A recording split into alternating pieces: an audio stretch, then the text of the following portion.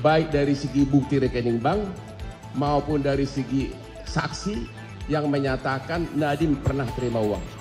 Tidak ada. Saya mewakili kantor pengacara Hotman Paris dan asisten saya bernama Hana, pengacara Hana. Satu lagi tim kuasa hukum terpisah dari kantor pengacara Dodi. Nama lengkap Andreas Timothy dari MRP. Andreas Timothy, ada 3 kantor pengacara, satu lagi Ali tidak tadi berhalangan karena masih ada kaitan. Oke. Kami adalah kuasa resmi dari Nadiem, terutama kantor kami udah dari sejak awal, dan sebagaimana Anda baca di dalam press release daripada kejaksaan bahwa katanya ada markup. Katanya ada markup dalam pengadaan laptop tersebut. Markup ya. Kalau markup kan berarti harganya nggak wajar kan? Oke. Kami tidak mau berspekulasi, yang jelas sampai hari ini tidak ada 1 sen pun uang yang mengalir atau kata saksi diberikan kepada Nadiem. Sekali lagi, tidak ada 1 sen pun baik dari segi bukti rekening bank maupun dari segi saksi yang menyatakan Nadiem pernah terima uang. Tidak ada. Jadi persis sama dengan kasus Tom Lembong. Ya, itu dulu dari segi. Jadi unsur memperkaya diri belum terbukti. Kan korupsi itu kan harus memperkaya diri atau memperkaya orang lain. Ya, jadi untuk memperkaya diri belum ada bukti. Nah, sekarang unsur memperkaya orang lain. Kalau memperkaya orang lain kan berarti ada markup kan?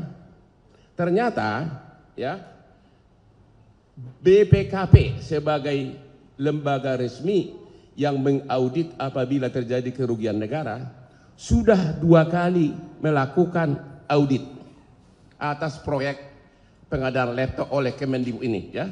Anda lihat di sini bagi yang sudah terima, inilah hasil auditnya. Ada 1 dan 2 ya. Sudah diaudit untuk laptop 2020 ya kan, 2021 sama 2022 ya. Jadi untuk pengadaan laptop tersebut sudah diaudit, dan di dalam hasil audit BPKP ini disebutkan, ini saya bacakan ya, itu saya sudah kasih ke kalian. Tujuan BPKP untuk melakukan audit ini adalah untuk mengaudit program bantuan laptop tersebut di SD, SMP, SLB yang bersumber dari APBN untuk meneliti, memeriksa apakah tepat waktu. 1, apakah tepat jumlah, apakah tepat harga, apakah tepat kualitas, dan tepat manfaat. Jadi BPKP telah meneliti, mengaudit secara menyeluruh berkaitan dengan markup, itu namanya tepat harga, tepat waktu, dan tepat jumlah, tepat guna ya. Itulah sudah diaudit semuanya. Inilah hasilnya 2 kali dalam tahun yang berbeda. 2 kali diaudit. Sekarang apakah benar ada markup? Ya, sekarang inilah hasil dari BPKP ya. Ya, untuk tahun anggaran 2020 ya disebutkan di sini bahwa kami tidak menemukan adanya hal-hal yang secara signifikan mempengaruhi ketepatan harga. Jadi menurut BPKP sepanjang menyangkut harga tidak ditemukan markup. Itu artinya ini. Kami tidak menemukan adanya hal-hal yang secara signifikan mempengaruhi ketepatan harga.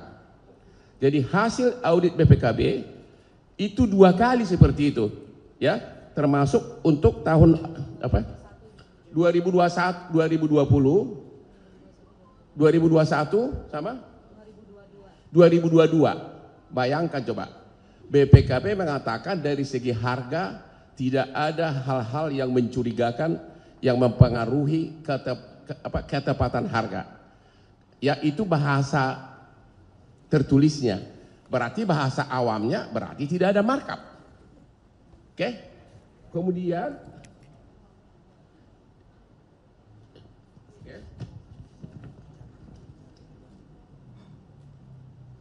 itu jadi dalam 2 kali audit dilakukan oleh BPKP yang itu kami udah kutip di situ, semuanya disebutkan bahwa tidak ada. Oke. Kemudian mengenai cara prosedur pengadaan laptop tersebut disebutkan di sini bahwa pembelian laptop tersebut melalui Lembaga Kebijakan Pengadaan Barang Jasa Pemerintah LKPP, ya. Di sini diaudit semua tuh, ya. Diaudit semua. LKPP itu kan langsung lembaga pemerintah itu, bukan Nadiem yang melaksanakan. Di sini Anda bisa lihat di sini bahwa di dalam harga awal 6.499.000 per laptop di LKPP 6.499.000 itu yang untuk harga untuk pengadaan 2021-2022. Dan setelah dinego, hasilnya adalah 5.800.000. Jadi orang siapapun bisa membaca harga itu di LKPP, di e-katalog resmi diumumkan pada saat itu harganya berapa, dan setelah dinego berkurang berapa nih dari 6,4 dari 6.499.000 menjadi 5.800.000, berkurang hampir 700.000. Cuma tiap jenis laptop memang berbeda-beda, tapi semuanya terjadi penurunan. Ini hasil audit dari BPKP. Inilah dasarnya BPKP mengatakan tidak ada hal-hal signifikan mengaruhi penentuan harga. Itu ada di auditnya, saya sudah kasih kesimpulan semua. Terus juga diuraikan di sini bahwa coba di halaman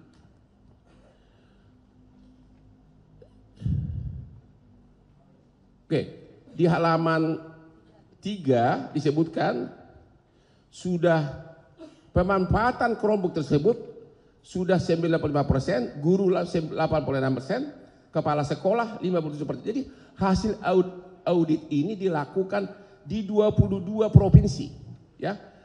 BPKP melakukan audit di 22 provinsi yang semuanya mengatakan telah menerima dan persentasenya pun ada di audit BPKB. BPKB juga mengatakan dari segi Kemendikbud tidak ada pelanggaran. Memang yang nyampe itu ada yang rusak, ada yang tidak bisa dipakai oleh orang sana, tapi dari segi pengiriman barang dari pusat sudah sah semuanya.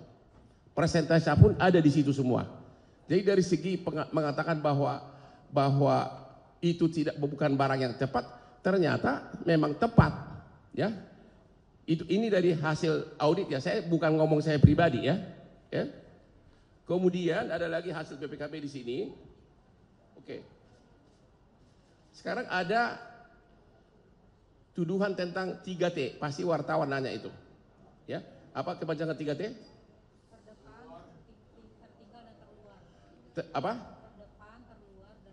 Terdepan, tertinggal dan terluar. Ternyata pengadaan laptop itu tidak mencakup di sana, ya kan? Ya, itu tidak mencakup di sana. Jadi memang ini hanya yang sebatas bagi yang bisa yang ada akses internetnya.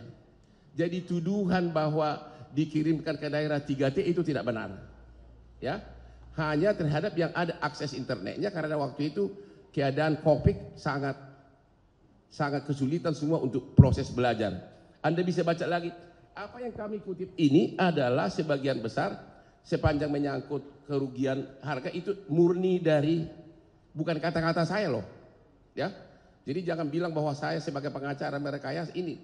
Yang jelas tidak ada pelanggaran apapun baik dari segi prosedur, penentuan harga dan tepat waktu dan penerima. Itu dari BPKP.